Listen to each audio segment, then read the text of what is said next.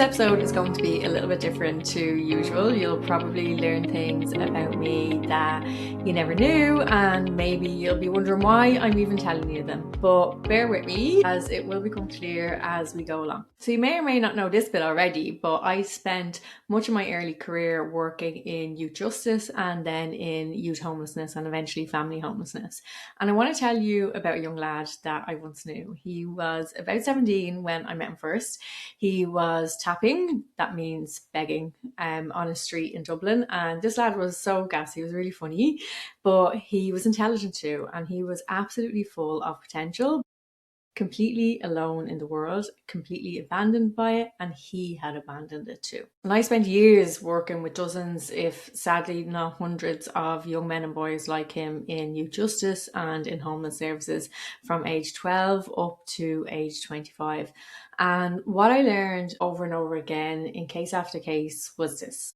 Behind almost every young person who had fallen through the cracks, there was a story of a family that hadn't been supported. A mother who felt broken, a mother who believed that she had failed, a mother and a family that were left without the village that they needed. And that always stayed with me. It still does to this day. I think about the families and the young men that I worked with in those services often, and how things could have been different for them had they had a different level of support in their lives. So when I was still working in the field, I found myself pregnant and feeling very much alone because, and I want to be honest with you here, because even though I'm a bit embarrassed and I don't really like to talk about myself, my own stories too much, and it really isn't what the kind of story that most people I know of my age have had. And it certainly wasn't anywhere near the imaginary picture perfect moment I thought I would have when I became pregnant sometime in the future. I was only about a year separated from my then husband, and I wasn't in an actual relationship. And when I told people I was pregnant and we were going to give things a go as a couple, my world got very, very small very quickly. And most of my friends disappeared, the ones I'd relied on since I was 8 years old. So I was navigating things I never expected to navigate alone.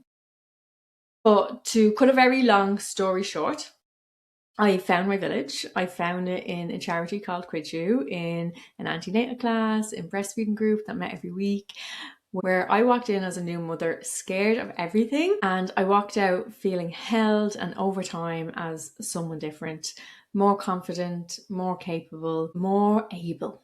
And the women I met there are still my friends almost 13 years later. So shout out to the Baby Link girls who are coming over for drinks and nibbles to celebrate me moving back into my new house this Friday. But that support changed the trajectory of my life, and I'm not being dramatic, it really did.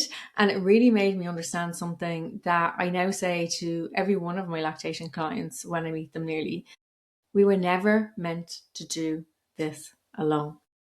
We were meant to have our mammies, our grannies, our aunties, our cousins, our sisters, everybody there crowded around us. We were meant to have them show us the way in parenting, to care for us as we cared for our new babies. In modern life, that village is completely and utterly scattered, and so sometimes we have to build our own, and sometimes that means bringing in paid support.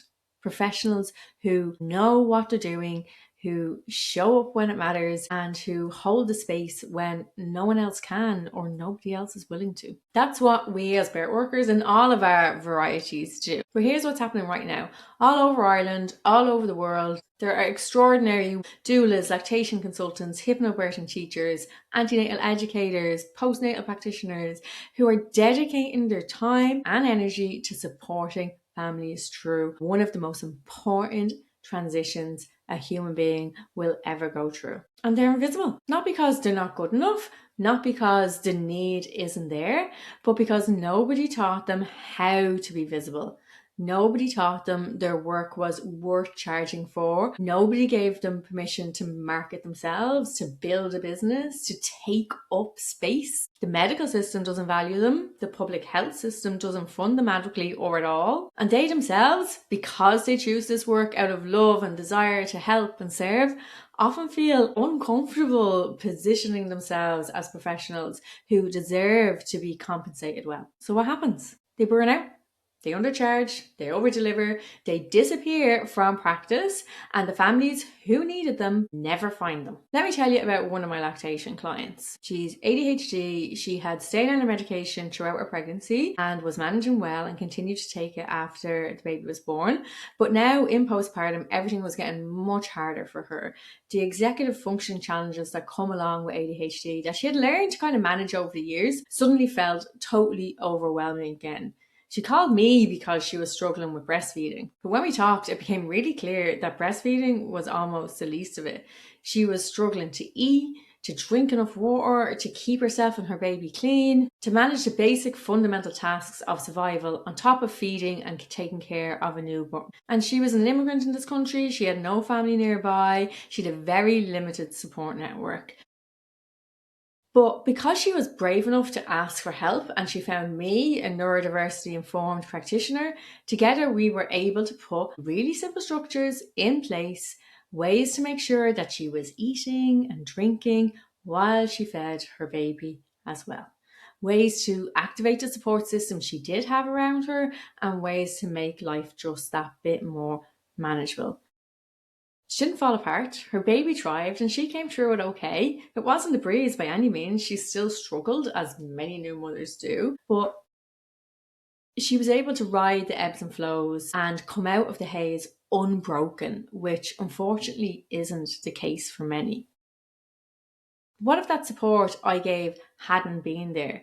What if I hadn't built a business that meant that I could be found by the people who needed me? That's what I'm talking about here. I believe that supporting families through pregnancy, birth, and the postpartum period is one of the most powerful things we can do to change the world.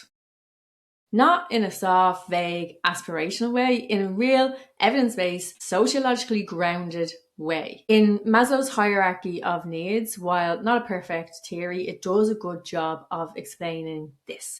The hierarchy of needs tells us that there are 5 levels of needs that we have, and we can't focus on the needs in the level above until the base needs are met. And the top layer is self-actualization, or the realizing of one's potential. But many new parents' base physiological needs are not being met in modern society, which means that not just are they far away from reaching their greatest potential as humans and as a parent, but can also struggle with feeling safe, love and connection, and with their self-esteem. And all of this affects how they show up as a parent and how they parent their babies and then their children. What we need is supported parents, because supported parents have the physiological and safety needs met, which means they can then focus more on love and connection and self-esteem. Supported parents raise children differently. They parent from a place of confidence rather than survival. They repair when things go wrong. They build secure attachment. They raise children who grow into adults with a greater capacity for connection, for resilience, for contribution. And believe me, this isn't about blaming parents for not doing, quote, a good enough job. This is about looking at the societal structures that don't allow families to flourish. We as birth workers can literally shape the next generation. Every time a doula walks into a room, every time a lactation consultant picks up the phone, every time an antenatal educator helps a woman understand that she has choices, that her body is capable, that her instincts matter. Agency, self-esteem. Every time we give parents agency, that matters. That helps them move through the 5 layers of needs. Agency matters so much, because one of the biggest wounds I see in new parents is that loss of agency, and I'm sure you've seen it too. The sense that birth happened to them, that they couldn't feed their baby and somehow it was their fault, that they're doing it wrong, that they need permission from someone in authority before they trust themselves or trust their babies. As birth workers, you give that agency back. You say, you know more than you think you do, and I'm here to help you access it. So what do we do with all of this? We all know the public health system is not going to solve it. It doesn't have the capacity, it doesn't have the culture, and frankly, it doesn't always have the will. So the answer is us. It's the women listening to or watching to this right now in communities like this one, all over the country, all over the world, who are doing the work every single day. But we need more of them. We need more of you. And we need those of you who are already doing it to be able to sustain it, to stay doing this work. That means charging what the work is worth, not because money is the point, but because as a birth worker who is financially stable, you can keep going. You can take the clients who can't afford the full rate. You can keep showing up year after year without burnout to give these families the support that they need.